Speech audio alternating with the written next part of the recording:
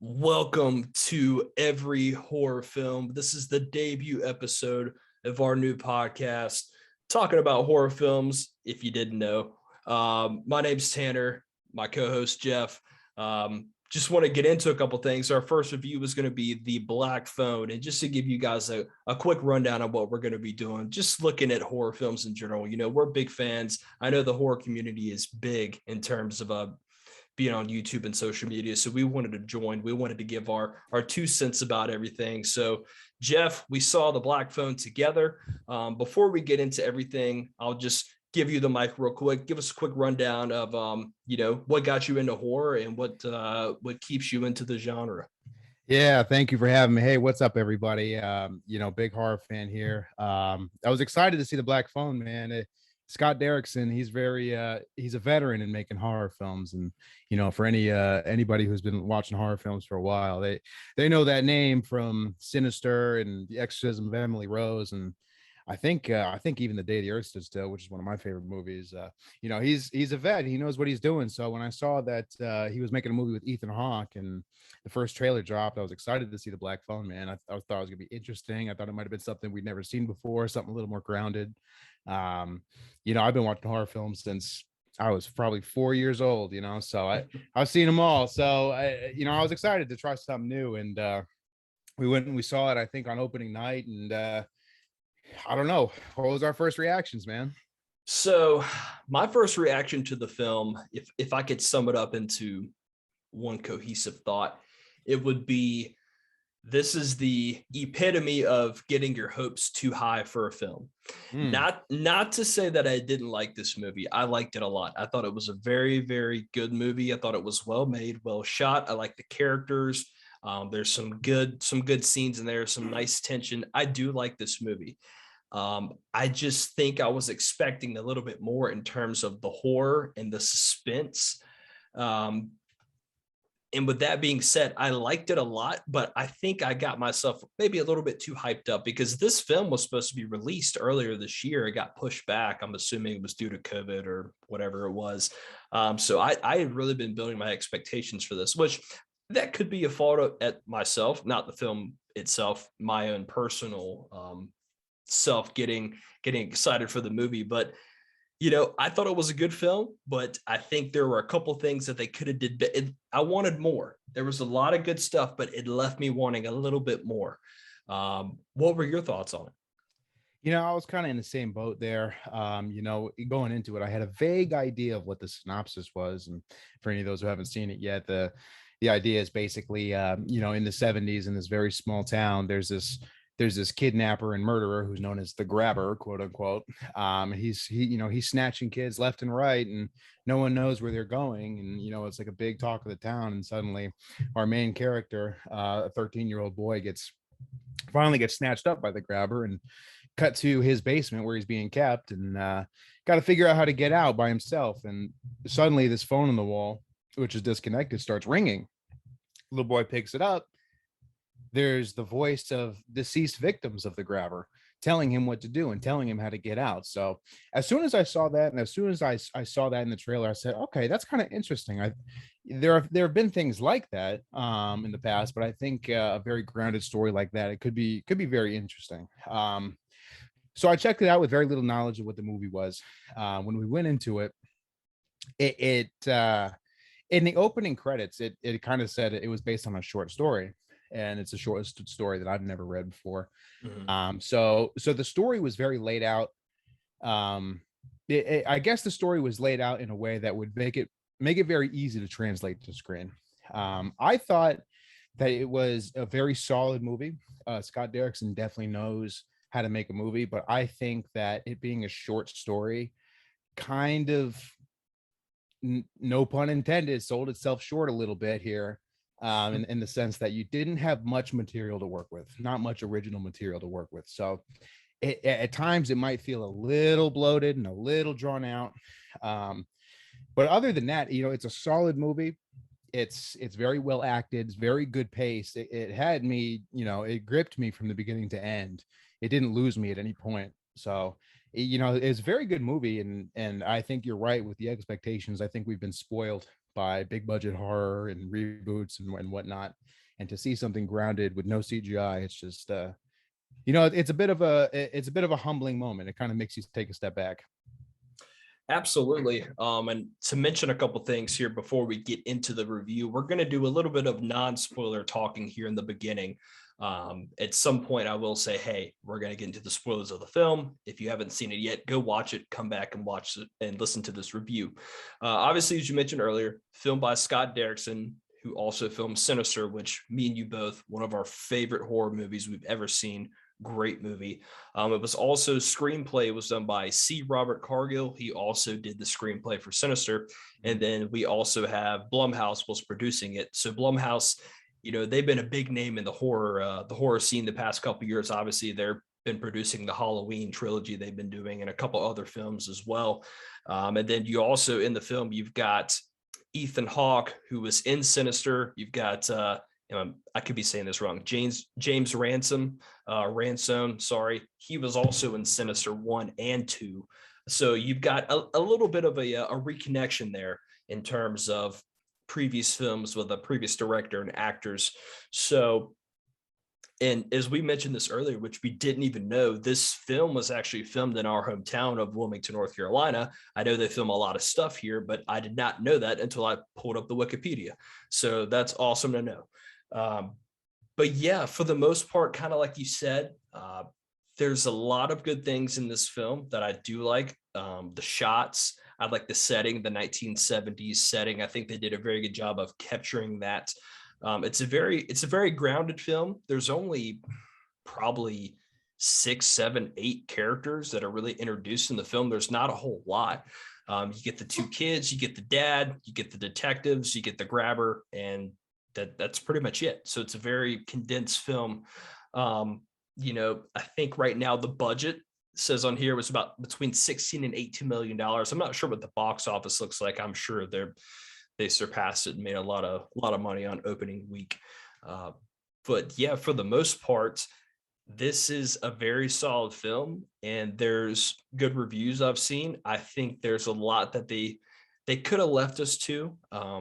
But like you mentioned earlier, this also has to do with trailers showing way too much in the beginning. So you said you didn't really see the trailer, which is good for you. I saw the trailer for, the first trailer. I'm not sure if there was a couple, usually there are. I saw the first trailer, watched it like twice, and that was it. I didn't want to see anything else. In this movie, a lot of the big scenes are from the trailer. So there wasn't too much that I didn't see. You said, oh my God, I can't believe they did that, because I saw that coming in the trailer, which I understand they have to market the film properly and they've got to get it out there. But, it's just this day and age, they've just ruined films a little bit just by showing way too much in the trailer, especially for the Halloween movies here recently. I mean, what are your thoughts on that? Do you think they've been doing a little bit too much of that?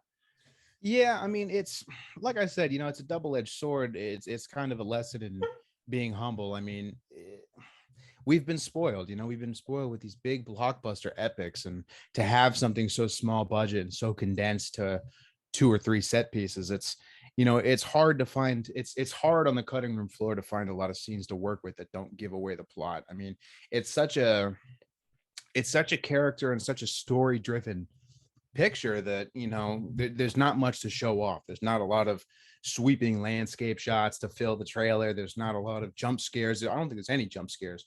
There's not a lot to choose from. So what you have is dialogue scenes between 2 or more characters, and all the dialogue, and it's so well written that every line progresses the movie forward. You can't help but spoiling yourself. So I don't want to discredit it too much, but it's what it is. See one trailer, but we didn't need 3 trailers for this. I don't know if there were 3 trailers, but if there were, I only needed the first one. Yeah, I hope there wasn't, because that would literally have been the whole film. You're right.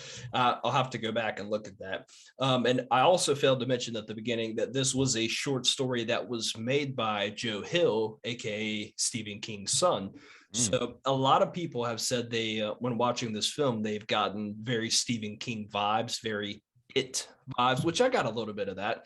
Kind of a little bit of a Stranger Things feel at some points, with the old school nostalgic and then the young kids being there.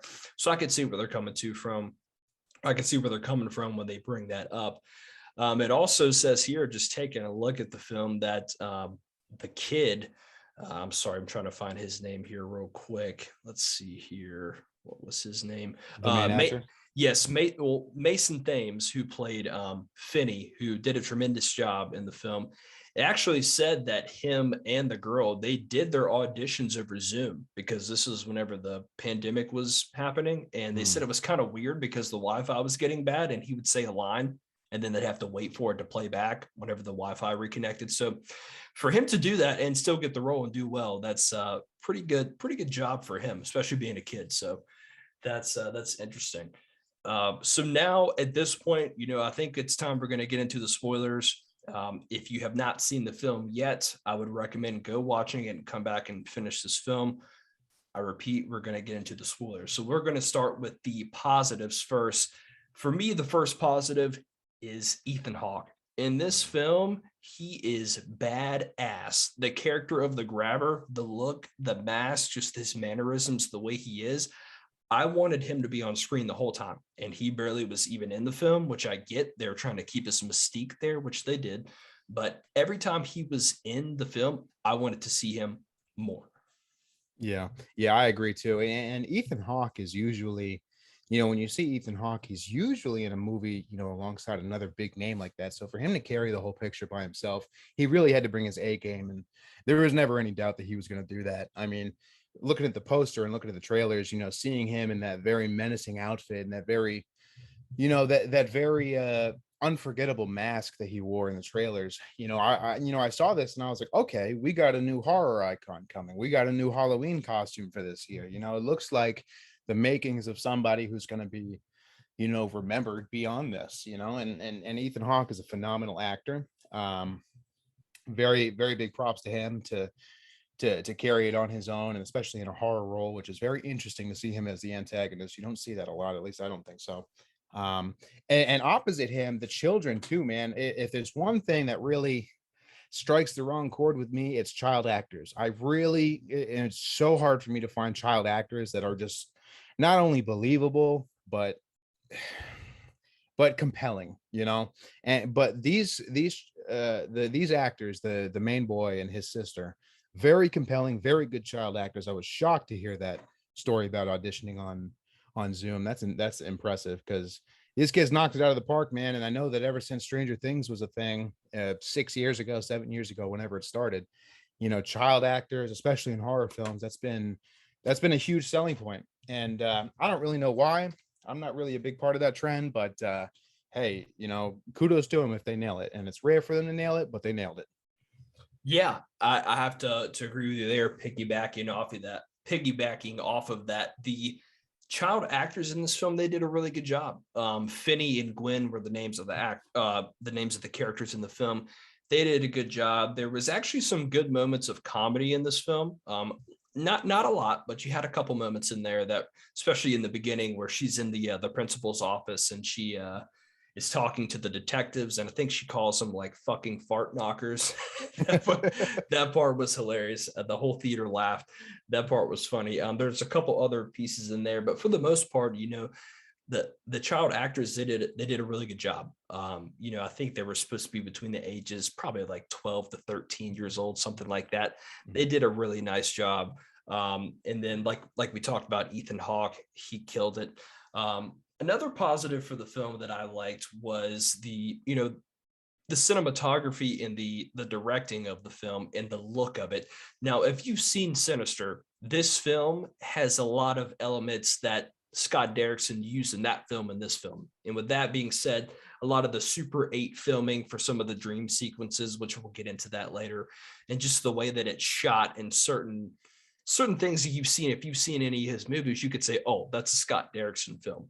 So that was a nice part. I like his directing style, like some of the things that he does.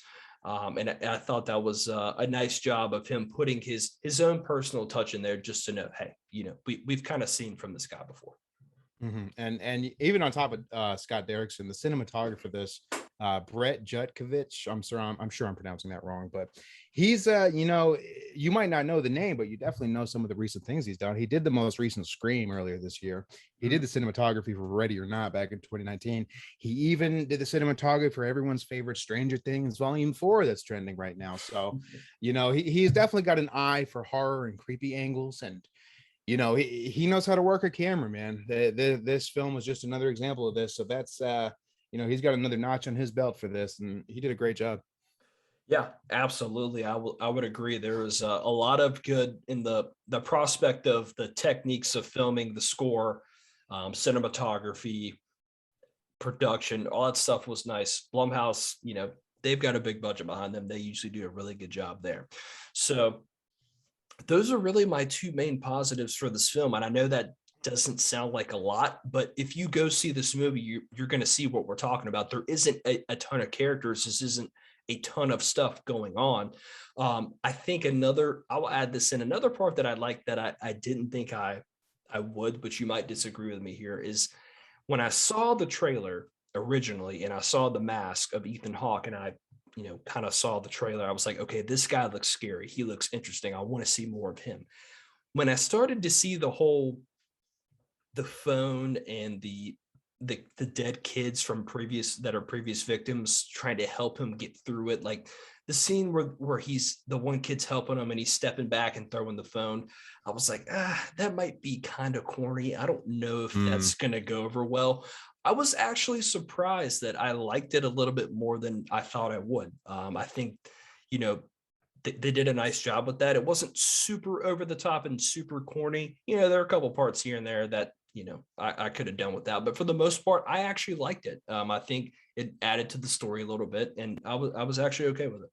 Yeah, I see what you mean, because going back to the child actors thing, I mean, one reason I hate child actors is because they're usually not compelling, but another reason is because they're just so, the character part of it, even if they're great actors, the character part of it is written to go in this direction that's just so cheesy, and this trope of these kids standing up to the grown-up threat that the police and or military and or parents can't stand up against. We see it in Stranger Things, we saw it in the new Ghostbusters, we see it in It.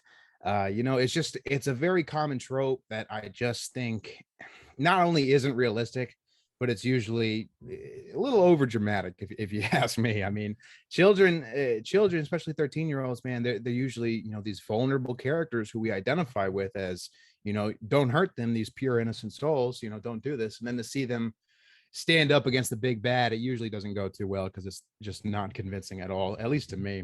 But when Finn finally takes a stand, I think it's not the most impressive that I've seen, but it's definitely one of the least cheesy moments of that trope that I've ever seen. Yeah, and spoiler alert when I say this, it's really interesting to see the way that he kills the grabber at the end. Well, I mean, I'm assuming he's dead, where he kind of snaps his neck when he kind of traps him down there. Usually you don't really see that. Usually they kind of hurt the guy and they kind of get away, and then the grown-ups come in and handle the situation. Yeah. Well, he said, hell no, I'm killing this guy. And he snaps his neck with like a phone cord. I was like, oh my God, okay. I see. I like that. So yeah. I thought that was nice. So yeah, I think there were some nice parts in there from the kids that were deceased coming and trying to help them. I like the premise of it. I thought it was going to be a lot worse than it was, but it actually ended up being one of my favorite parts of the film. One last positive thing I want to throw in there real quick is, I know I talked about the directing and the cinematography. The thumbnail that I put up for this video, you'll see it on the screen once you're watching the video, is the way that they shoot these shots where the lighting is on this mask, and then the scenes where Ethan Hawke is sitting in his kitchen waiting on the kid to come upstairs with his belt, and they zoom in on his face. Those shots are actually genuinely terrifying. I mean, this mask is top tier. It was made by Tom Savini, who's done a ton of things in horror films. That some of the shots are pretty scary. I mean, I could see, someone that's younger definitely having nightmares about this type of stuff. I'm sure this mask will be all over kids' faces come Halloween this year. But I really like the shots and the shadows that they use for, to really get that look for Ethan Hawke's character. I thought they did a nice job of that. Yeah, definitely. The set design, the like I said, the cinematography, the camera work, even the color grading and the editing, like they definitely veterans of the field when they made this. So kudos to them. Absolutely. So I think that's most of the positives we have for the film. Now let's get into the negatives. And when I say negatives, I don't mean this in a bad way. I enjoyed this film, but I was a bit disappointed. And I think one of the main reasons for that is, and I'm not trying to sound like an hard ass that's seen a bunch of scary movies, like that's not scary, but there wasn't really a ton in this film that was scary. I mean, there were some good scenes of tension, some good scenes of suspense, some nice things here and there, but I kind of kept waiting for something to happen that would make me go like, oh shit, this dude is a legitimate threat. But it never really happens, and not until at least the very end where they try to show something. But there wasn't a whole lot in the film that really made me like, okay, this is actually, pretty terrifying. I mean, there's some good scenes here and there, and I know I've seen some reviews earlier, people saying, hey, it's not really a scary movie. It's marketed as one, but it's more of a mystery suspense, which is fine. I don't have a problem with that. But there was nothing that really made me, there was not one scene that made me go, oh, dude, you remember that scene from the Black Phone? That was scary. Like I just didn't have that.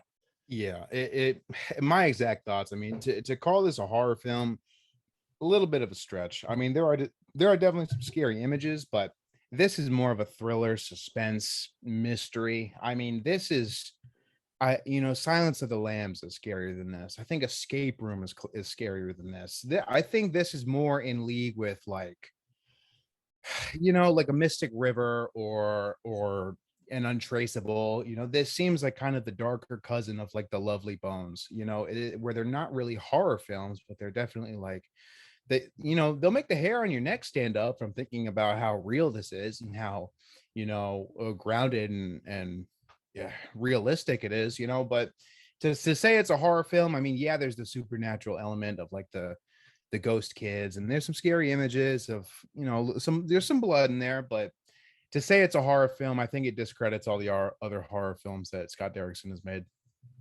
I agree. I mean, everyone's entitled to their own opinion, but I saw a lot of people saying this was a better film than Sinister. I'm sorry, I cannot agree with that at all. Really? I can't. I love Sinister, even though the ending is, crap. I think that the elements that it brings with the Super 8 films and, some of the scenes they do, it is a film that went there and did stuff that you really have never seen before. Not saying every film has to go there and do this. Not every film is like that, but I like this movie, but to me, it does not compare to Sinister at all. Yeah, it's two totally different worlds there. I mean, yeah, they're made by the same person and maybe written by the same people, but yeah, it's two totally different leagues there. I don't have it in front of me, but I don't remember if the Black Phone was rated R. I don't think it is. That's a good question. Let me see if I can pull it up. I'd be shocked if it is. Let's put it that way, because it's other than some blood and maybe like one or two scary images, it's really not. Let me look it up here real quick. Horror / thriller. I can't see it, but oh yeah, it is rated R. It is rated R. So yeah, really? So that's a very soft R. I mean, if you think about all the avenues that the R rating opens up, this is probably like one of the most tame. I mean, Halloween's rated R, Friday the 13th rated R, Human Centipede is rated R. So to put the Black Phone in there, I would probably put it in the upper leagues of a PG-13 before I put it in the bottom leagues of a rated R. Yeah, I agree 100%. There wasn't really anything in this film that was that really scared me or shook me. Not every film has to be that way, and that's fine. But just seeing the character of the grabber and seeing what, and that kind of leads into my next negative, is that I think they had a chance to really make an amazing horror icon. And I'm talking about, we haven't had a horror icon that's been new in, I couldn't tell you. I think me and you talked on the way home from the movie, was Jigsaw. Mm-hmm. Was the last like major new horror icon that was made. They had a lot of good elements here. The mask, the mannerisms, they had the actor, they had good stuff. And not saying it was bad, there was a lot of good parts, but they really had a chance to make something special. And I just feel like they kind of dropped the ball in that area.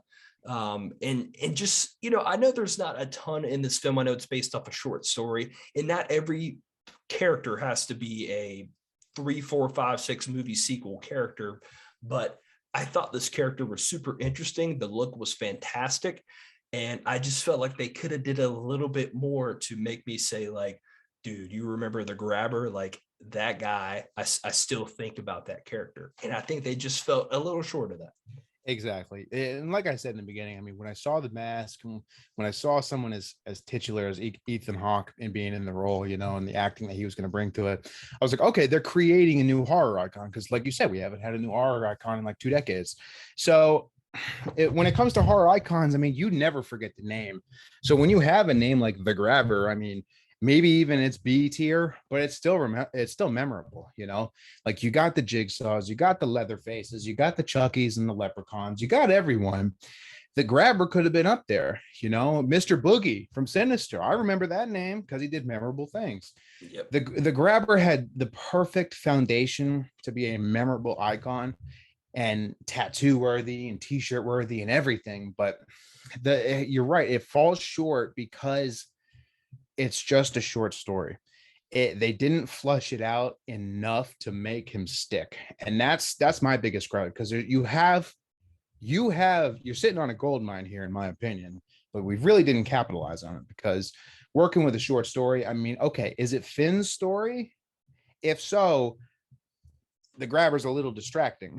Is it the Grabber's story? Because if so, we didn't spend enough time on him. So I feel like our time is split perfectly between these two characters, and I can't tell who the main character of the movie is. Is it the Grabber or is it the protagonist? So I wanted it to be the Grabber. I would have loved to have seen like a a real world horror icon, akin to like John Wayne Gacy or Jeffrey Dahmer or something like that, but we just didn't get that.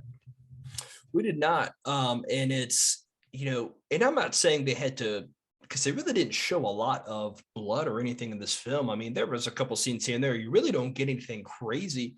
Well, I mean, I take that back. There are a couple scenes where the kids are fighting and there's blood, but in terms of like someone being killed or something like that happen, you don't really see that until the end. And it doesn't even have to do with the kid.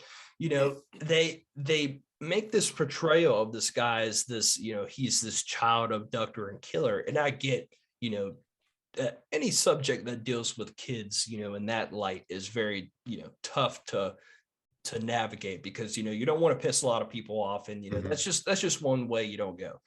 But if this film would have had enough balls to be like, hey, we're going to show a scene where he's doing some messed up stuff to a kid, like, that would have been like, oh shit, that would have evoked a emotional response within a lot of people. Mm-hmm. And I think that, there's a scene at the end where the cops finally stumble across, the basement of the house where the kids are buried. And you just see the mounds where he buried them. And that's fine. Sometimes less is more. But I feel like in this case, I don't think it would have hurt to show maybe a scene or two where he abducted these kids and he, it showed or implied what he did. I think that really would have built up his character. Whenever, you see him, you're like, oh shit, like this guy, he's a threat. Yeah, and you already got the R rating. So what are you censoring yourself for? What are you watering yourself down for? You're not going to get the PG-13 only audience. You're going to get the rated R audiences. So what's the point? Go hard or go home is my opinion. It's and it kind of leads into my biggest point, with horror films and with other genres too, but mostly horror. The way you become memorable, the way you become an icon in history is you, in my opinion, you have to do one main thing. there's a couple things you got to do, but you got to do one main thing. And that main thing is you've got to push the boundaries of what's okay. Many of the great horror movies in history, if you think of the top 10 horror movies of all time, every one of them has become so notable and has become a legend in and of itself because they did something or multiple things that pushed the boundaries of what was okay to do in a movie at that time. The Exorcist, that pushed the boundaries of what was okay. You know, I think The Grudge pushed a lot of boundaries of what was okay, or at least what was being done. You know, they broke the norms and they made a new mold of where the line is and where we can cross it. The Human Centipede, infamous movie, you'll never forget it, pushed the boundaries. You know, it changed where we saw the line and what is okay and what's not. More recent examples, It 2017, that pushed the boundaries. That made, you know, a new area of what you can show on screen as it relates to this, violence against kids. You know, It is a very child-driven movie. And to have in the opening scene, Pennywise literally eat the arm off a child who's younger than the main character in this movie and have it be a bloody mess and drag him into the sewer, that gave me chills. I'd seen a lot of horror movies up to that point, but that has still surprised me. That pushed the boundaries. That made It 2017 nail its place in history. This movie, and a lot of other movies like this, fall short of doing anything that makes it memorable like that. And I think that's where its big shortcoming is, because you, like I said, you already have the R rating. Do something memorable. Do something that pushes the line between okay and not okay, and you'll always be remembered. Yep, I agree 1,000%. I feel like there were some chances here for them to, you know, really push the boundaries and go for something, and it just didn't happen. Like I said earlier, I was kind of waiting for something to happen with the kids, or some sort of crazy, you know, scene or something, you know, really disturbing, but it just didn't happen. And, you know, and I don't know this for fact, and I could be wrong. I'm just pure speculation. I know reading a little bit, Ethan Hawke was a little bit hesitant to maybe play a role like this because he's never really done this kind of role before. It maybe, you know, maybe they did have some stuff in there and he was like, you know, I kind of don't want to go there. I kind of don't want to do that. I could be wrong. So that's a possibility. Or it's very possible that there just wasn't a lot of stuff to work with, and they just tried to do the best that they could with what they had. So, you know, another negative that I had about the film is, I wouldn't say this is like a true negative, you know, in the scenes with, you know, where the phone rings and the grabber says, you know, hey, the phone doesn't work, there's no point in you using it. Okay, that's fine. And then he goes, you know, Finney goes and uses the phone throughout the film. That's how he communicates with the dead kids. And he says the phone doesn't work, but he can, at the very end of the film where he's down there having the scene where he's trying to kill him, and then he hears the phone ringing. Was it like some sort of psychological thing where he knew the phone could ring, or he just say, or I'm just trying to figure out why he says, hey, there's no point using the phone, it doesn't work. But then at the very end of the film, he can hear the phone ringing. I don't know if it was some sort of symbolism, or I don't know. Maybe, you know, I'm not sure. That was one of those things where I think it fell short because it was a short story. It was something that was never explained. And, you know, sometimes, you know, the mystery and the suspension of disbelief, yeah, it comes into play, but it he obviously knows the phone rings, and the explanation in the movie he gives is because the static electricity in the wall sometimes sets it off. But you've got to think, like, dude, you're 6, 7 child victims into this and the phone keeps ringing. You've got to pick it up at least once and say hello, you know?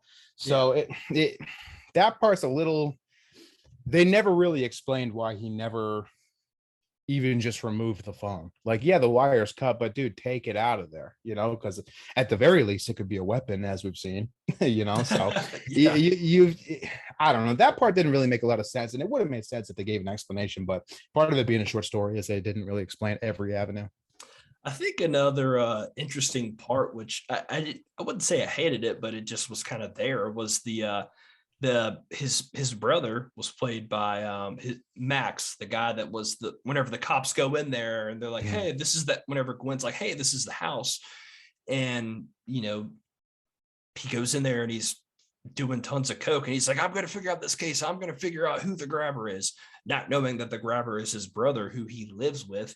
And then he finds him at the end, and then he just axes him in the head and he dies, and that's it. He just, I don't know. I feel like they're just like, hey, let's add this guy who was in Sinister 1 and 2 just because Ethan Hawke is in this movie, and let's just put him in there. Yeah, and that's exactly it. Like some comedic relief, yeah, sure. But I think, and like I said, I haven't read the short story, so I'm probably totally incorrect on this. But my theory leaving that movie is that there were a few elements that were just added into the screenplay to buff it up from a 40-minute story into an hour and 40-minute story. That with the brother and the tension of him maybe finding out that his brother's the grabber, I think that was added in there not only for comedic relief, but to stretch the runtime. I think also, and I could be totally wrong with this, but I think the storyline of the sister and her prophetic dreams of seeing what's happening and seeing the future and being able to find Finn based on her dreams, I think that was added in there. My guess is that it was added in there to stretch the runtime, because if you think about it, really doesn't add much to the story, because this is a very Finn versus the grabber story. And just to add a B story is you have the sister who's seeing these dreams, and add a C story, you have this brother who's going to find out that his brother's the grabber. I just, like I said, I could be totally wrong here, and people who have read this short story can strike me down right now, but I think that was probably added in there, if you want my guess, just based on how much it fit. Yeah, that's very possible. And I know we kind of mentioned that at the beginning with the whole dreams, which it's a trope that has been, played out numerous times in films where people were having dreams and it leads to them figuring out something later in the film, which I've seen it before. This wasn't the worst interpretation of it. I was fine with it. It was okay.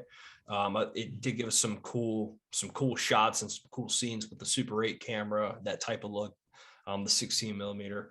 But it could have been just added in there just to fluff up the story.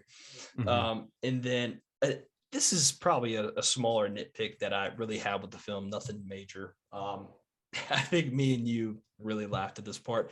So there's a scene where the kid's telling him like, hey, you need to try to pry off the bar on the window. And so he's trying to get it. He's got the rope or whatever that he found on the wall, and he's trying to pry it open. And then he gets this idea, and I'm like, okay, he's going to grab this rug and put it up there, and then he's going to maybe use it to climb up and pull it off. No, he puts the rug up there and somehow defies the logic of gravity and threads that rope all the way through to the top around Dude. that bar and pulls it off. At that point, I looked at you, I was like, there is no way that would ever happen. If I tried to thread a cable through a rolled up rug, not even up at the angle he was doing it, but just straight downwards, I would still struggle and fail. Like that was so not realistic, in my opinion. I said, okay, even if ghosts are doing this, explain that clearly, because there's no way I'm going to believe this. Yeah, that I found that part to be really funny. And then I saw some people were nitpicking a little bit about saying, okay, he used the phone as the way that he beat up the grabber at the end. It's like, okay, he packed it with dirt. And then early in the film, he was using the toilet bowl lid to really, chunk against the wall. He was trying to break out. People were saying, why didn't he use that to hit him in the head with? Which, I mean, it's a lot easier to have a phone with you than just to randomly have a toilet lid, because he's going to be like, what the hell you got that in your hand for? I don't know. That could just be a minor gripe there, but that's a very valid gripe. I mean, I get it. I get why it ended up the way it was. You got the 4 or 5 phone calls, and each one of them has him attempting to escape in one way that produces some kind of dirt or cable or meat or whatever it is, and then finally on the 5th call, you're like, all right, your only option is to fight. Use the things we've given you. I get that. Good storytelling. I like that. But the toilet lid is there. And even if you're not strong enough to swipe it, on your 3rd phone call, you were beating that thing against a cement wall. That thing's going to shatter. Dude, sharp porcelain could kill anybody. I use that. Yeah, I agree. I can't believe that didn't break while he was doing that. Yeah. But they kind of tried to tie all the scenarios and the scenes together at the very end where he's digging into the ground, and then he's digging into the wall, and then he's getting into the meat freezer with the frozen meat, and then at the very end the grabber falls into the hole, and then he grabs the frozen meat and throws it to distract the dog, and then he hits him over the head with the with the phone. So it all kind of ties together a little bit.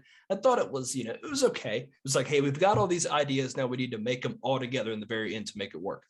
It kind of came off a little but for the most part it wasn't too bad.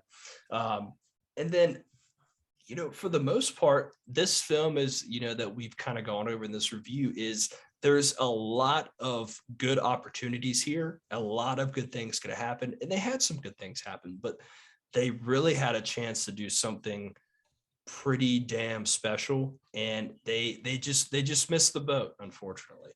Yeah, and hearing us talk about this now, in retrospect, I feel like a part of this, I feel like this movie was partly made for the fans of the short story. Now that I'm thinking about it, I mean, if I read the short story years ago and finally learned they were making a movie about it, I'd probably be ecstatic about it. I'd be like, wow, they really nailed this. They did really good. But because I didn't read the short story, I'm nitpicking it from a film perspective rather than a short story perspective. And I think that's the problem. I think the people who have seen it, the yous and the me's of the, horror fans, I think movie critics, I think other people, I think general audiences are going to go into this with the eyes of a movie fan and not a short story fan, because the short story fans are probably going to rant and rave about this. But I don't know, man. I didn't read the story, so part of it just didn't click with me. Very well made movie, but I feel like if I had an attachment to the short story, I'd like it better.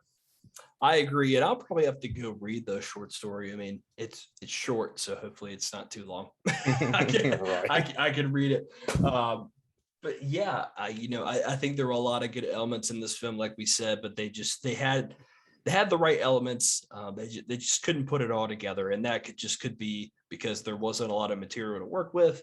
Mm-hmm. But who knows? One other little tidbit I had that kind of threw me off is that the ending, it's fine, but he just kind of walks out of the house, and then he finds his sister, and they run together and they hug, and then the dad who was beating the shit out of her earlier, we barely even mentioned him in this review, but he doesn't really play a big part.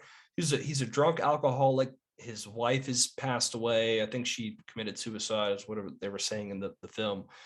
And, he's just beating her and drinking and beating her with a belt. And then he just comes up to him at the end. He's like, I'm sorry. and then the kid goes back to school, and then he gets the girl, and they're like, hey, that's the kid that killed the grabber. It's just like, and then that was it. It was a very nice, happy ending. I feel like I haven't seen that in a horror film in a long time. But it was okay. I kind of was expecting a little something to happen, but no, it all worked out fine. And the kid walked away, and he's good.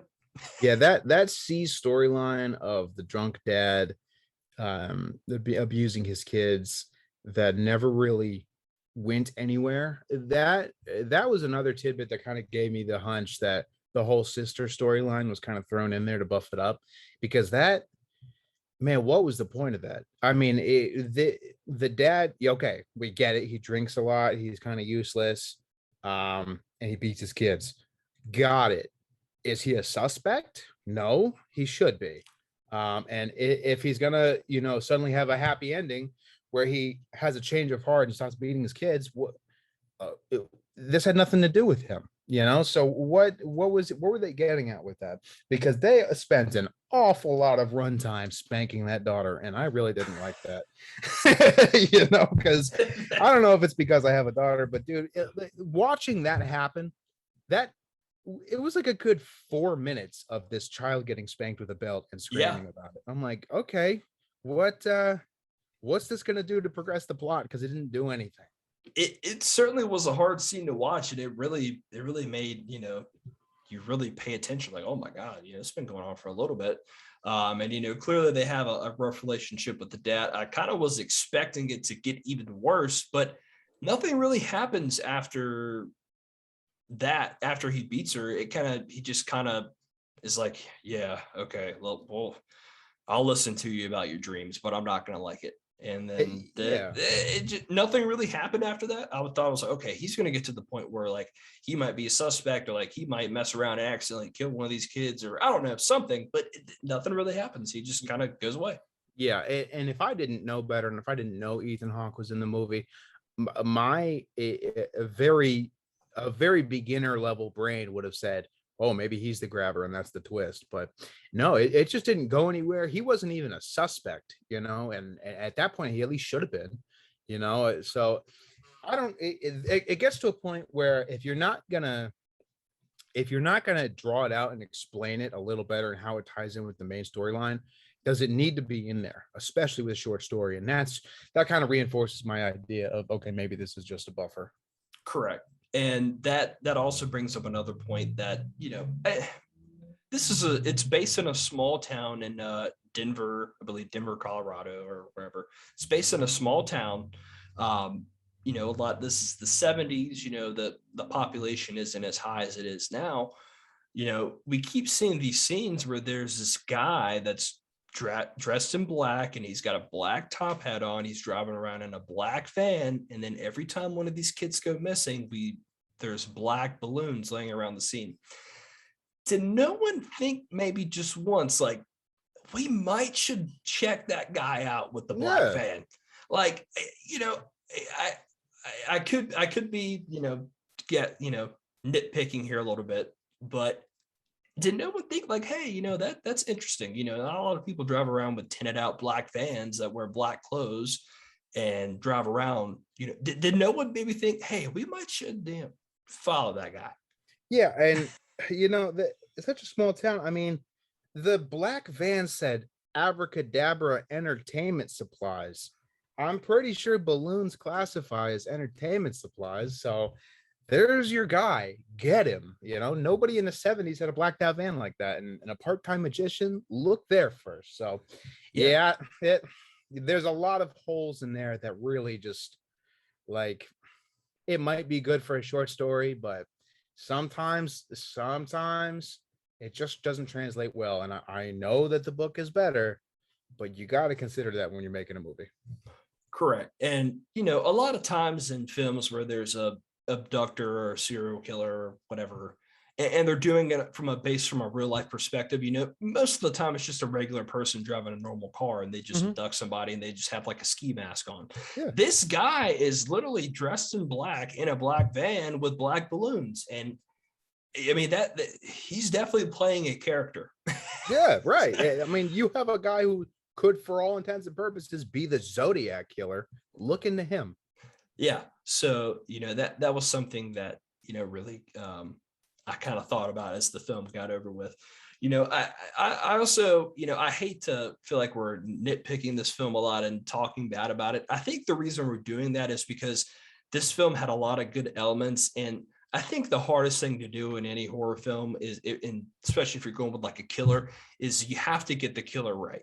If you can get the killer right in the main character, you're good. In this film, they got the killer right, and they got his look and everything perfect, but everything else fell apart around it. And that really is what tanked this film. They had a lot of good elements, but they just could not put it together. And it's a shame because the grabber, the look, the way that he is, they had a lot of potential here, and it sucks that they kind of squandered it. Yeah, you're exactly right.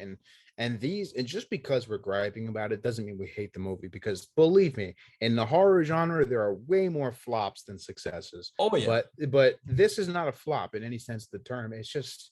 It's not it doesn't deserve a place with the top 25 horror films of all time. But the problem is it had the potential to, at least in our opinion. So these gripes and these criticism doesn't mean it's a bad movie, because it's a dope movie and I'm probably going to buy the Blu-ray.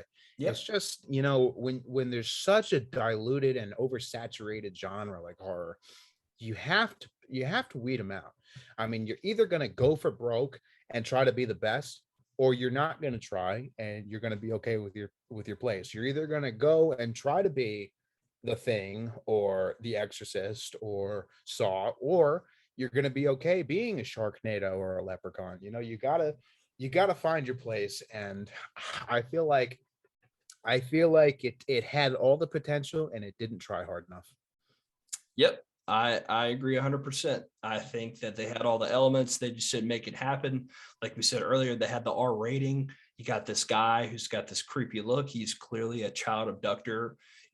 Let's see him, maybe, or at least foreshadow or something, him doing something to these kids, because we never really know what happens. I mean, we know that he kills the kids, but we don't know, it's not implied how it happened, or it's not implied, how he got this way or how he did that. And sometimes less is more, and it does work. But in this sense, if they would have spent another hour adding in scenes where he was, abducting the kids, maybe torturing them, doing whatever, and just building his character up, it would have did a lot more for this movie. But, the certain scenes that we get with the grabber are good, but there's just not enough of them.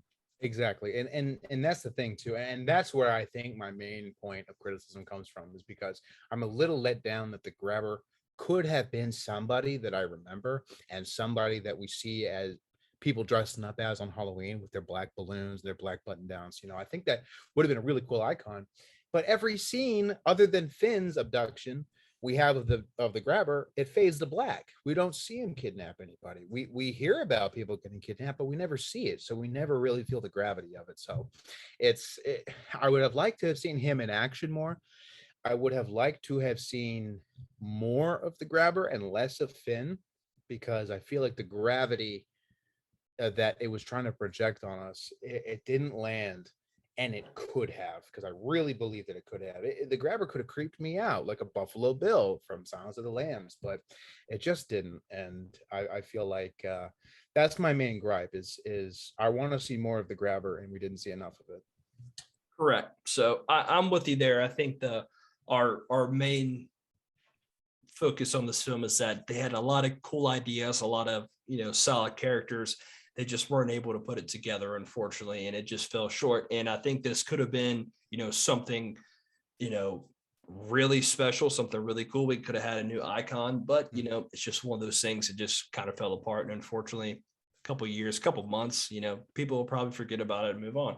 Like you said, I'll probably buy it on Blu-ray whenever it comes out. I mean, it's something I want to watch again, and I'll definitely check it out. Maybe we'll do a re-review of it at some point to see how we felt on our second viewing. But for the most part, lots of cool stuff, but they couldn't put it all together, and it just fell short.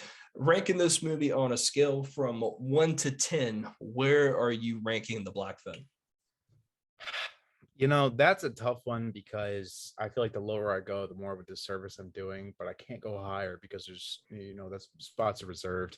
I would say maybe a 6 to a 6.5. And that's not bad.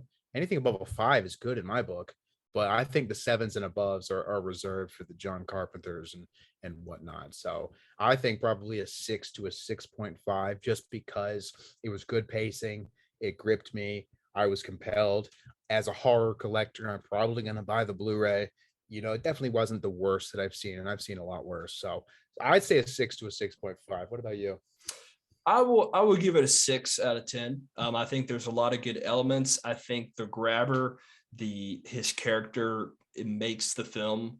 I love the mask. There's different interpretations of the mask.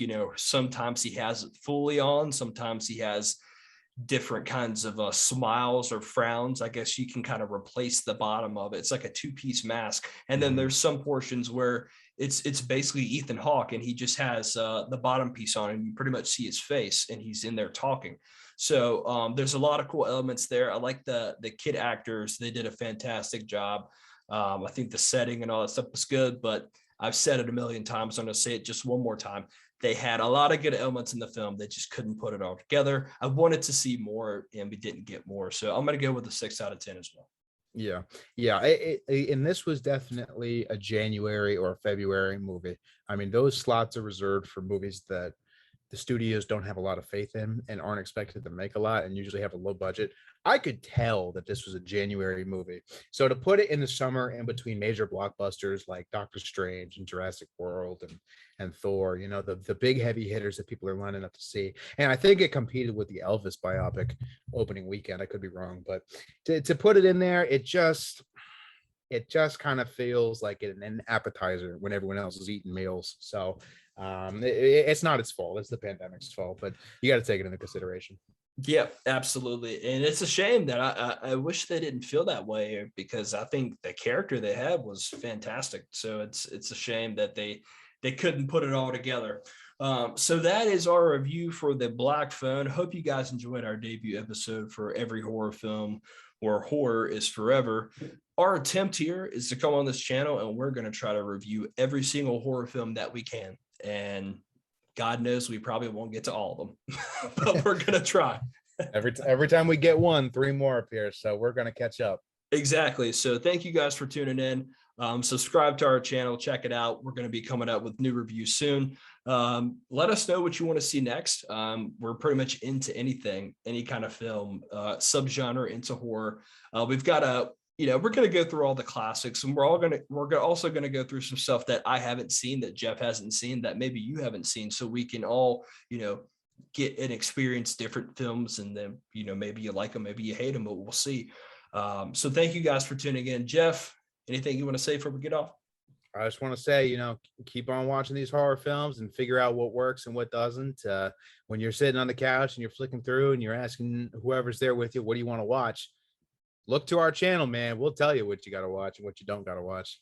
That's right. You got it. So we will see you guys next for our next review. Thank you for watching Every Horror Film, and we'll see you next time. Thanks, guys.